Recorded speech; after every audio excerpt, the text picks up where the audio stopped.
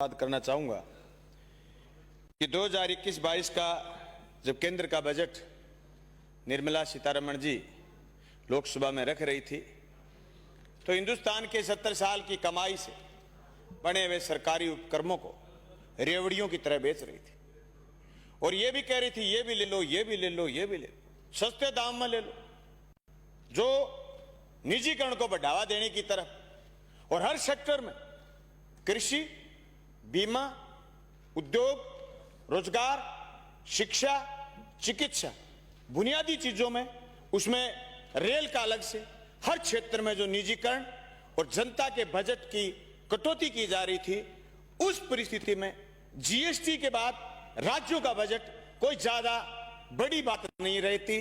उस स्थिति में राजस्थान की सरकार ने और राजस्थान के मुख्यमंत्री ने जो बजट पेश किया और उस बजट में निजीकरण की बजाय जनता की महत्वपूर्ण सवालों पर सरकारी उपक्रमों को बढ़ावा देते हुए शिक्षा में, चिकित्सा में, स्वास्थ्य में और पेयजल में जो घोषणाएं की गई हैं, मैं समझता हूं ईमानदारी से अगर इन घोषणाओं को लागू किया जाता है तो ये प्रदेश की जनता के लिए बेहतर बजट समझा जाएगा। सभापति महोदय, जब देश में बेरोजगार रोजगार की मांग कर रहे हो, करोड़ों लोगों को नौकरी की जरूरत हो, खेती के अलावा और कोई क्षेत्र ऐसा नहीं बचा हो जहां कोई उम्मीद दिखती हो, उस हिंदुस्तान में जब किसान का आंदोलन चलता हो और उस आंदोलन को कुचलने वाली सरकार, जिससे लोग ये उम्मीद कर रहे थे कि ये सड़क पर कुचल रही है पर लोकसभा में, सदन में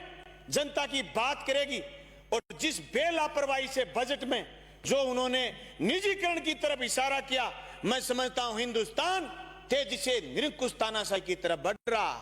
मैं उन तमाम नौजवानों से आह्वान करना चाहता हूं जो आज भी मोदी जी में और मोदी जी की सरकार में अगर अपना भविष्य देखते हैं तो एक बार फिर आजादी के 70 साल में बड़े हुए हिंदुस्तान को और आज 6 साल में बिगड़ रहे हिंदुस्तान की तुलनात्मक अध्ययन करेंगे तो मैं समझता हूं कि वो राजस्थान के बजट को बेहतर समझने का प्रयास करेंगे। और मैं ये उम्मीद करता हूं कि राजस्थान के मुख्यमंत्री जी और राजस्थान के मंत्रीगण और राजस्थान की अफसरशाही इस बजट को गंभीरता से जनता के लिए लागू करें, ताकि उन लोगों को आय ना हो जो लोग तेजी से कह रहे हैं कि रेल अदानी की होगी, नालको, बालको, टालको, सिंदरी का कारखाना, इस्पात का कारखाना, लोहे का कारखाना, सारे उपक्रम बड़े पूंजीपति के होंगे। वहां हमारे मुख्यमंत्री कह रहे हैं कि जल जीवन मिशन में आप 50% पैसा केंद्र दे रहा है, जो कि देना चाहिए था 90% पैसा, फिर भी 4000 करोड़ से ऊपर का जल जीवन मिशन का जो बजट लेकर के आए हैं, मैं समझता हूं मेरी विधानसभा क्षेत्र में भी 139 करोड़ रुपए के प्रस्ताव जो मंजूर किए गए, मैं इसके लिए धन्यवाद करना चाहता हूं। सभापति महोदय, मैं ये बात कहना चाहता हूं कि जहां बात आ जाए केंद्र और राज्य के कंपैरिजन की, तो जब कोरोना आया और कोरोना में एक एमपी 5 करोड़ रुपए के विकास करा सकता, एक एमपी एक साल में 5 करोड़ रुपए अपने लोकसभा क्षेत्र में लगा सकता है। मोदी जी जो बड़ी बड़ी बात करते हैं, मोदी जी और मोदी जी की पार्टी के लोग, मैं कहना चाहता हूं उनके लिए एक एमपी को 5 करोड़ रुपए देना भी दुबर हो गया। और ये सारे के सारे 2 साल के 7000 करोड़ रुपए के लिए मोदी जी ने हाथ खड़े कर दिए। उस दरमियान राजस्थान में 2 करोड़, 2.25 करोड़ रुपए एमएलए लैड से जारी रखना भी हमारे लिए सुखदायी प्रतीक था। आज स्थिति है, कोई एमपी कह रहे हैं नरेंद्र तोमर, कह रहे हैं अमित शाह और मोदी कि जाओ कृषि कानून बताओ। गांव में जाते लोग एमपी से पूछते हैं कि एमपी साहब हमारे गांव में ये विकास का काम कराओ, तो बोल देते हैं कि साहब 2 साल के लिए तो हमारे पास बजट नहीं है। ये 7000 करोड़ रुपए जनप्रतिनिधियों के लिए नहीं देना और राजस्थान में एमएलए लैड को जारी रखना, ये सकारात्मक संकेत है। मैं समझता हूं ये बात साधु ऐसा चाहिए जैसा शुभ शुभाए, सार सार को गही ले, थोथा दे उड़ाए। मैं उन लोगों से कहना चाहता हूं जो लोग आज भी इस बात के मुगलते में हैं कि मोदी जी अच्छा कर रहे हैं। सवाल मोदी जी से नफरत का नहीं, सवाल मोदी जी से लड़ाई का नहीं है। सवाल ये है 70 साल में जिस गांधी जी की प्रतिमा के सामने खड़े होकर के हम भाषण दे रहे हैं, जिस गांव की गरीब की बात की गई, उस गांव की गरीब की बात को सुलटाने का काम जो केंद्र की सरकार ये तीनों कानून ला करके कर रही है, ये कानून सिर्फ और सिर्फ इस बात का प्रतीक नहीं है सभापति महोदय कि ये अपनी जिद पूरा करना चाहते हैं, ये इस बात का प्रतीक है कि निजीकरण के दौर को आखिरी दम पर बाजार में बची हुई कुछ चीजों को भी निजी हाथों में सौंप देने का आखिरी नाकाम कोशिश है। सभापति महोदय, हर मुल्क का बजट और हर प्रदेश का बजट ये साबित करता है कि आने वाले 1 साल तक सरकार और क्या करेगी। केंद्र की सरकार ने ये तीनों कानून कोरोना में ला करके साबित किया कि हम तेजी से देश को गिरवी रखना चाहते हैं, वो भी बड़े पूंजीपति के हाथ में। अभी भी वो कह रहे हैं कि इसमें काला क्या, तो मैं कहना चाहता हूं कि इसमें सफेद क्या। काला तुम्हारी नीयत, काले तुम्हारे कानून, छीन लेंगे हमारी मंडी, तोड़ देंगे हमारी मंडी, तोड़ देंगे हमारी उपज को बेचने के सारे संयंत्र। काला है तुम्हारा कानून, चारों तरफ से काला कि हमारे खेत छीनने के लिए आप कॉन्ट्रैक्ट फार्मिंग लेकर के आ रहे हो, और उस कॉन्ट्रैक्ट फार्मिंग वाले ठेकेदार के पक्ष में आप ये कानून लेकर के आ रहे हो कि वो वहां अपना जो खेती किसी किसान की कॉन्ट्रैक्ट पर ले लेगा, उस खेती में वो ऋण भी लेगा और वहां स्थायी निर्माण भी करेगा। वो फूड प्रोसेसिंग के नाम पर या दूसरे नाम पर अपनी फैक्ट्री डाल लेगा। जो किसान अगर 5 साल के बाद उस जमीन को लेना भी चाहेगा तो उसके काम की चीज नहीं बचेगी। सभापति महोदय, मैं इसलिए तुलनात्मक अध्ययन कर रहा हूं कि आज हमें उन नौजवानों को बताना, आज हम किसानों को बताना है जो हमें सुनने के लिए, इस बात के लिए चिंतित थे कि आप राज्य और केंद्र में कंपैरिजन कैसे करेंगे। सभापति महोदय, ये सिर्फ राजस्थान के लिए कुछ साथी कह रहे हैं कि चुनावी घोषणाएं, हो सकता है हर मुख्यमंत्री चाहता है कि वो अपने विधायकों को, अपने प्रदेश की जनता को खुश करे, लेकिन ये जो बजट के अंदर अलग अलग तरीके से जो प्रावधान किए गए हैं, मैं समझता हूं केंद्र को खुली चुनौती है कि एक राज्य होकर के निजीकरण की तरफ नहीं बढ़ रहा, तुम तेजी से निजीकरण की तरफ क्यों बढ़ रहे हो। ये कंपैरिजन, तुलनात्मक अध्ययन अगर हम करना चाहें तो राजस्थान में और केंद्र में ये फर्क। सभापति महोदय, मैं एक बात स्पष्ट कर देना चाहता हूं कि इस सारी बात के बीच में जब राजस्थान के मुख्यमंत्री जी ने 50,000 एक साल में नौकरियों की घोषणा की, संकेत तो था वो नौकरी बंद कर रहे हैं केंद्र वाले और आप नौकरी दे रहे, लेकिन राजस्थान में बेरोजगारों की फोर्स को देखते हुए 5 लाख नौकरी एक साल में देने की घोषणा करनी चाहिए थी। मैं उम्मीद करता हूं कि मुख्यमंत्री महोदय जब बजट में जवाब देंगे, पूरक बजट रखेंगे, तो नौजवानों की इस मांग को पूरा करेंगे। जब निजीकरण के खिलाफ खड़े हो गए तो पंचायत राज में कंप्यूटर ऑपरेटर जो आज भी प्लेसमेंट एजेंसियों से पीड़ित हैं, उन युवाओं को भी निजीकरण से पीछा छुटा करके या तो संविदा कार्मिक या फिर उनके स्थायी रोजगार की सरकार बात करेगी। दिव्यांगजनों के लिए सरकार द्वारा उठाए गए कदम अच्छे तो हैं पर थोड़े हैं, ना काफी हैं। मेरी मांग है सरकार उनके कल्याण के लिए और बेहतर सब कदम उठाए। जनता दल जल योजना के कार्मिकों को स्थायी करने की सरकार घोषणा करे। नरेगा में जो जेटीओ लगे हुए मध्य प्रदेश में 33,000 रुपए प्रति माह उनको दिया जाता है और राजस्थान में मात्र 13,000 रुपए उनको मध्य प्रदेश के बराबर पैसे देने का काम राजस्थान की सरकार करे। जिस तरीके से एलडीसी 587 पदों की भर्ती, हम 8-9 विधायक साथी गए थे मुख्यमंत्री जी से मिलने और हमारी बात को रखते हुए और नौजवानों की मांग को रखते हुए उन्होंने 587 नहीं 603 पदों को जोड़ते हुए उनकी नौकरियां देने का काम किया है। उसके साथ साथ जूनियर अकाउंटेंट 2013 और नर्सिंग भर्ती एएनएम जीएनएम 2013 को पूरी करने का जो कैडर गठित किया है, मैं समझता हूं जल्द ही उसकी नियुक्ति देने का काम राजस्थान की सरकार करेगी। प्रयोगशाला सहायकों की भर्ती जो 1534 पदों की अभी भी पेंडिंग है, उसको पूरा करने का काम करेंगे। बजट में जो ट्रिब्यूनल काउंसिल की मांग आज भी अधूरी रह गई, उम्मीद करते हैं कि राजस्थान की सरकार पूरक बजट में घोषित करेगी। सभापति महोदय, आप तो उस इलाके से आते हैं, हमने तो सिर्फ किताबों में पढ़ा। हम ये देखते हैं कि आज भी जो आदिवासियों के लिए अलग से बोर्ड बना करके आदिवासियों हित के लिए जो पैसा खर्च होना चाहिए, वो पैसा या तो डाक बंगलों में या सर्किट हाउसों में या फिर उन घरों में जाके, उन गलियों में, उन मोहल्लों में जाके खर्च हो रहा जो आदिवासियों के खिलाफ। इसलिए आदिवासी ट्रिब्यूनल की घोषणा राजस्थान की सरकार करे। और जिसके लिए पैसा, कांकी डूंगरी की जो बात आई, ये यही बगावत है। बगावत यही है। 90% लोग हैं उस क्षेत्र में आदिवासी, 10% लोग हैं दूसरे, 50% लोगों का आरक्षण, 10% लोग बरत रहे हैं और 50% लोग चुपचाप बैठे, इसलिए विद्रोह हुआ।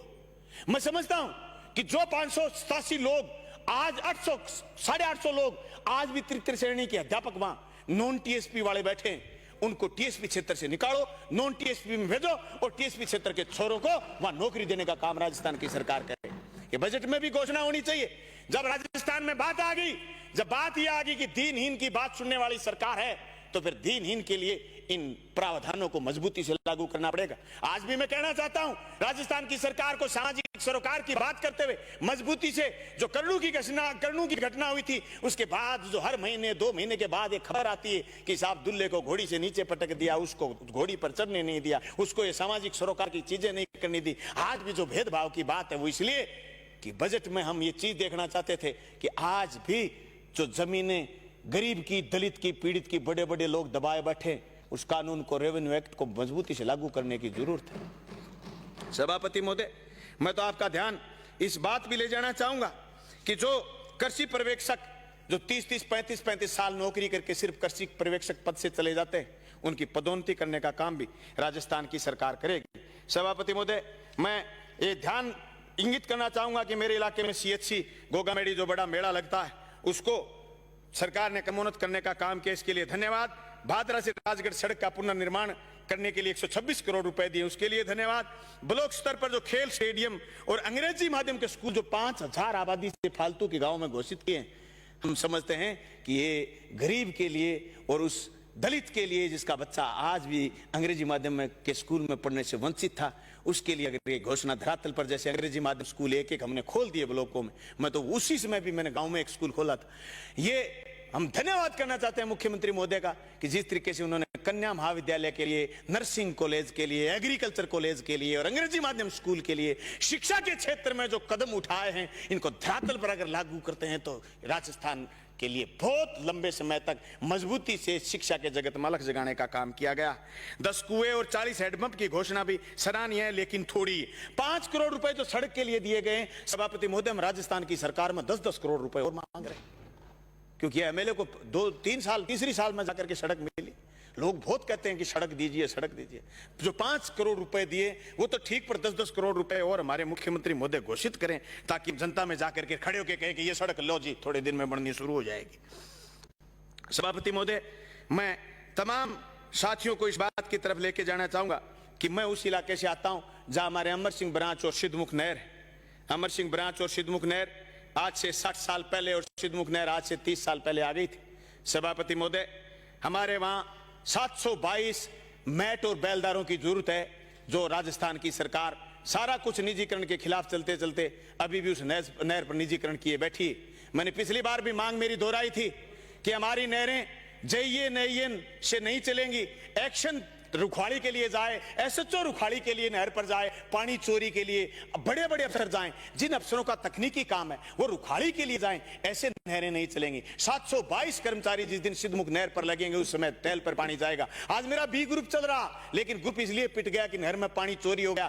हरियाणा ने हमारा हिस्सा पूरा नहीं दिया, पंजाब ने हमारा हिस्सा पूरा नहीं दिया। मैं BML नहर पर गया था सभापति महोदय पिछले बार अक्टूबर में, जब नहर टूट गई थी, दरक गई थी। वहां जाते मुझे एक ही बात की वहां के अफसरों ने कि हम राजस्थान की सरकार में पैसे मांगते हैं, आप पैसे दीजिए। सभापति महोदय, ये निजीकरण का 10 देखिए, ये हालत सिर्फ हमारी नहीं है। BML मान भाखड़ा मान लीक चैनल पर भी ये स्थिति, पंजाब में कोई कर्मचारी नहीं, झाड़ झकाड़ खड़े हुए नहर पर। हरियाणा में भी ये स्थिति। ये निजीकरण इस देश की जनता को, इस देश की बनाई हुई सारी की सारी तामीरों को ढा देगा। इसलिए मैं राजस्थान की सरकार से मांग करता हूं कि BML से हमारा पूरा पानी लेने के लिए, डैम से पूरा पानी लेने के लिए और हर किसान को उसके हक का पानी मिले, इसके लिए तुरंत प्रभाव से निजीकरण को बंद करके और नहरों में सरकारी कर्मचारी लगाने का काम करेंगे। मात्र 722 कर्मचारियों से हमारी बहुत बड़ी 1.25 लाख एकड़, जिसमें हमारी राजगढ़ की विधायक कृष्णा जी और नौर के विधायक अमित जी, हमारे तीनों विधायकों का विधानसभा क्षेत्र में ये नहर है, इससे हमारी पूर्ति हो पाएगी। मैं उम्मीद करता हूं कि अमर सिंह ब्रांच पर भी सरकार इस चीज को लागू करेगी। सभापति महोदय,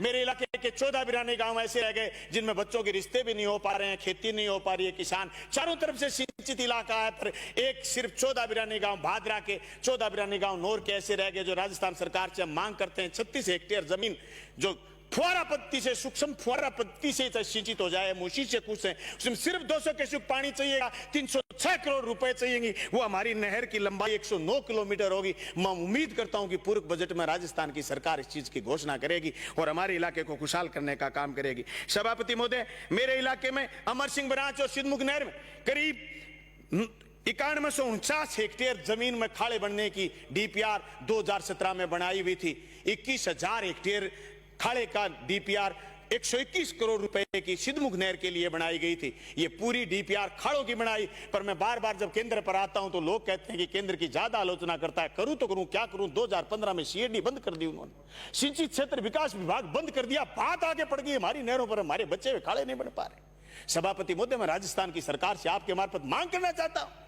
कि हमारे खाड़ों के लिए बजट दे और ये जो महती योजना थी हमारी उसको पूरा करवाने का काम करे। सभापति महोदय, मैं ऊर्जा मंत्री का ध्यान आकर्षित करना चाहूंगा। आपने एक एफआरटी पता नहीं आप क्या ले आए, वो एफआरटी वाले बड़े ठगे ऊर्जा मंत्री महोदय, वो लोगों का फोन नहीं उठाते और फॉल्ट निकालने के लिए वो नहीं आते। वो एक महीने में 200 250 शिकायतें। आप उस एफआरटी को बंद करो और आपके लाइन मैन जयन उन्हीं से काम करवाओ। मेरी आपसे मांग है कि राजस्थान में अगर कोई आलोचना सरकार की कर रहा तो सिर्फ बिजली के दाम के लिए कर रहा। सभापति महोदय, बिजली के दाम बढ़े हुए, इसमें कोई दो राय नहीं, और लोग एक ही बात कहें कि बिजली का दाम बढ़ा दिया। मैं मांग करता हूं सरकार से कि आपने जब इतना अच्छा बजट पेश किया तो बिजली के बढ़े हुए दाम को भी वापस लेने का काम करें। जरूर आप पूर्व बजट में घोषणा करेंगे, बढ़े हुए दाम हम वापस लेने की कोशिश करेंगे। पेट्रोल डीजल में जो हमारे यहाँ सेस घटाने का काम सरकार ने किया 2%, उसके लिए तो धन्यवाद, पर अभी भी डिफरेंस, अभी भी अंतर 10 रुपए प्रति लीटर का है। सभापति महोदय, हम हरियाणा के पास में, हमारा विधानसभा क्षेत्र हरियाणा से लगता हुआ, सभापति महोदय मेरे घर से 4 किलोमीटर दूर हरियाणा का पेट्रोल पंप है। 10 रुपए का डिफरेंस प्रति लीटर का, इतना डिफरेंस लोग ये सवाल का चोटता है। हालांकि केंद्र की सरकार बेताशा वर्दी कर रही है और बात जीएसटी पर घूम करके आए तो हमारे 14,000 करोड़ रुपए बाकी, हजार समस्याएं हैं, पर 10 रुपए का डिफरेंस सभापति महोदय सवाल खड़े करता है। इसलिए मैं राजस्थान की सरकार से मांग करना चाहता, इस डिफरेंस को थोड़ा करने का काम करेंगे। सभापति महोदय, शिक्षा में जो बजट में वृद्धि की गई ये तो सराहनीय है, पर अभी भी कुछ राजकीय उच्च प्राथमिक विद्यालय जो माध्यमिक विद्यालय में क्रमोन्नत करने की जरूरत। सभापति महोदय, मेरे एक तो पूरे गांव, पूरा का पूरा गांव शेड्यूल कास्ट का है, अभी तक उस स्कूल को उच्च प्राथमिक से माध्यमिक नहीं किया गया। धोड़पाड़िया गांव, मैं सदन में इसलिए गांव का नाम बोल रहा हूं कि पूरा का पूरा गांव, और उस गांव में 50 कर्मचारी हैं सभापति महोदय, और आगे बढ़ें और हमारी बच्चियां आगे पढ़ पाएं। इसलिए एक अजीतपुरा का स्कूल जिसमें 850 बच्चियां हैं 8वीं के स्कूल तक, वो स्कूल क्रमोन्नत करने का काम राजस्थान की सरकार करे। घोटड़ा, पट्टा, अमरपुरा, रामबास, ये स्कूल ऐसे हैं जो सरकार इनको क्रमोन्नत करे। भादरा में राज जोगीवाड़ा गांव में 125 बीघा जमीन जो सिंचित जमीन है, उसमें जो कृषि अनुसंधान केंद्र खोलने की हमारी मांग है। सभापति महोदय, मैं चाहूंगा कि राजस्थान की सरकार हमारी मांग को पूरा करे। मेरे से पहले वक्ता साथी बोल रहे थे कि नागौर के पशु मेले की बात आई। नागौर के पशु मेले से अगर राजस्थान की सरकार एसएलपी लगा करके और 3 साल से कम उम्र के बछड़ों का अगर छूट करवा देती तो मैं समझता हूं ये गाय के नाम पर जो तथाकथित लोग राजनीति करते हैं, इनकी राजनीतिक दुकान बंद हो जाएगी, और मोदी जी की जो तेल बढ़ाने के षड्यंत्र हैं उनको पर भी हम काबू कर लेंगे। क्या लगता है आने वाले दिनों में इतना तेल बढ़ता रहा तो हम ट्रैक्टर से खेती कर पाएंगे? सभापति महोदय, बैल से खेती करनी पड़ेगी, और ये तो चाहती है, ये इसलिए इनको दक्षिणपंथी बोलते हैं केंद्र वालों। ये बैग गैर लगा रहे हैं, ये हमें वापस बैल की तरफ लेके जा रहे हैं। तो मैं राजस्थान की सरकार से इल्तिजा करना चाहूंगा कि एसएलपी दायर कर 3 साल से कम उम्र के बछड़े भी नागौर के पशु मेले में बिकने शुरू हो जाएं, आने शुरू हो जाए तो गौ माता की भी कीमत हो जाएगी, उन बछड़ों की कीमत हो जाएगी, किसान खेती कर पाएगा। आजकल हमारे इलाके में तो पूरा का पूरा नहरी बेल्ट, उसमें तो साहब बछड़े बहुत हो गए, क्योंकि औरतें वो खेत से हरा पट्टा लेकर के आती और बछड़ों से बैलगाड़ी लेकर के जाती। तो मैं समझता हूं हमारी गाय की इससे कीमत बढ़ेगी। सभापति महोदय, कहने को बहुत कुछ है, लेकिन जो हिंदुस्तान का किसान आंदोलन चल रहा है, इस किसान आंदोलन ने एक बात तय कर दी कि जिनको वहम था कि हम जिस गद्दी पर नसीन हैं हम ही रहेंगे, उनका गुरूर टूटेगा, उनका हौसला भी टूटेगा, उनकी तानाशाही भी टूटेगी। वो जिस तरीके से शिक्षों के अंदर कैद होकर के, वो जिस तरीके से किलों में कैद होकर करके वो जिस तरीके से राकेश टिकैत को और जिस तरीके से किसान आंदोलन में लगे हुए लोगों को मारना चाहते हैं, दबाना चाहते हैं, उनकी आवाज बंद करना चाहते हैं, जितने भी शब्दों में निंदा की जाए वो शब्द कम है। सभापति महोदय, मैं आज के इस बजट भाषण में ये बात कहना चाहूंगा, नवप्रीत जिसको इन्होंने झूठा षड्यंत्र रच करके लाल किले के पास गोली से मारा, उसको शहादत को नमन करते हुए उन 200 लोगों को शहादत को नमन करना चाहूंगा जो सर्दी में और ठिठुरन में वहां बॉर्डरों पर पड़े पड़े मर गए, लेकिन केंद्र की सरकार ने किसान की ना सुनने की तय कर ली। सभापति महोदय, आज तक हिंदुस्तान ही नहीं दुनिया का ऐसा कोई तानाशाह नहीं होगा जिसको प्रजा ने हरा नहीं दिया होगा। ये भी हारेंगे। इन लोगों की सुनने की ताकत नहीं थी, इनको हम बहुत कुछ सुनाते, पर ये सदन छोड़ के चले गए। ये इसलिए सदन छोड़ के चले गए, ये एक संकेत है। आज इन्होंने सदन छोड़ा है। सभापति महोदय, आने वाला समय इनसे गद्दी भी छुटवाएगा और इनसे इस बात की माफी भी मंगवाएगा कि जिन किसानों की आपने शहादत ली है, जिस किसानों को आपने परेशान किया, जिन पर आपने झूठे मुकदमे किए, जो इनके लाइट पानी के बिल आपने जो बढ़ाए, जो इन्होंने जो गड़बड़ की है कि जो सिंगू बॉर्डर पर, टीकरी बॉर्डर पर, शाहजहांपुर बॉर्डर पर और गाजीपुर बॉर्डर पर किसान को जलील करने का काम किया। सभापति महोदय, हिंदुस्तान का इतिहास और हिंदुस्तान का भविष्य इनको कभी माफ नहीं करेगा। सभापति महोदय, इंदिरा जैसी प्रधानमंत्री रहे या जवाहरलाल नेहरू जैसे प्रधानमंत्री रहे, या खुद इनके अटल बिहारी वाजपेयी जी कहते थे कि जहां निरंकुशता का भाव आ जाए, जहां दूसरे को देशद्रोही और गद्दार बता दिया जाए, तो हम समझते हैं सरकार तानाशाही की तरफ बढ़ जाती है। सभापति महोदय, इनको यह अक्ल कौन दे कि इनके नेता जो 2 से राज तक ले गए, इनको सरकार तक ले गए, उनके कहे हुए वचनों से ये पीछे हट रहे हैं और उनसे वचनों से पीछे हटते हुए हिंदुस्तान की प्रजा पर ये बुलडोजर फेरना चाहते हैं, ये लोकतंत्र का कत्ल करना चाहते हैं। मैं सदन में बैठने वाले तमाम साथियों से कहना चाहता हूं कि अभी राजस्थान में भी किसान महापंचायतें होंगी, हिंदुस्तान में भी किसान महापंचायतें होंगी और आह्वान होगा संयुक्त मोर्चा का। उस आह्वान पर मेरे एक विधायक साथी अपने इलाकों से जनता को लेकर के जाएं और इस निरंकुश राज को पलटने का काम करें और इन तीनों काले कानूनों को वापस दिलवाने का काम करें। सभापति महोदय, मैं लास्ट में ये कहना चाहूंगा, हिंदुस्तान की 58% जनता आज भी खेती करती है। उस 58% जनता में से 64% खेती और मजदूर है। ये उस खेती और मजदूर की खाद्य सुरक्षा को लील जाना चाहते हैं। आज भी 12 महीने से केंद्र का पोर्टल खाद्य सुरक्षा का बंद है। सभापति महोदय, इन कानून से न सिर्फ किसान परेशान होगा, उस पीडी सिस्टम से जो खाद्य सुरक्षा में गेहूं दी जा रही है, उस 64% गरीब को गेहूं नहीं मिलेगा, दान नहीं मिलेगा, उसके रोजी रोटी के लाले पड़ जाएंगे। सभापति महोदय, ये इन तीनों कानूनों से ये चाहते हैं कि सारी की सारी प्रजा रिफ्यूजी की तरह शहर में आकर के पड़ जाए और सस्ते मजदूर के रूप में हमें मिल जाए और अपने खेत में खुद किसान, जो आज जमीन का मालिक है, वो खुद किसान अपने खेत में मजदूर जाए। ये निजीकरण ही नहीं, ये इस व्यापारीकरण की होड़ को आगे बढ़ाना चाहते हैं। सभापति महोदय, मैं आपका ध्यान आकर्षित करते हुए केंद्र के तीनों कानूनों की आलोचना करते हुए वापस करने की मांग करते हुए और राजस्थान की सरकार से इस उम्मीद के साथ कि जो बजट में आपने घोषणाएं की, आप इनको गंभीरता से लागू करेंगे और जनता के हित में फैसले पूरे करेंगे और इस बजट को लागू करेंगे और हमारे 14 बिराने गांवों को नहरी करेंगे, नहरों में पूरा पानी देंगे। आपका बहुत बहुत धन्यवाद, शुक्रिया।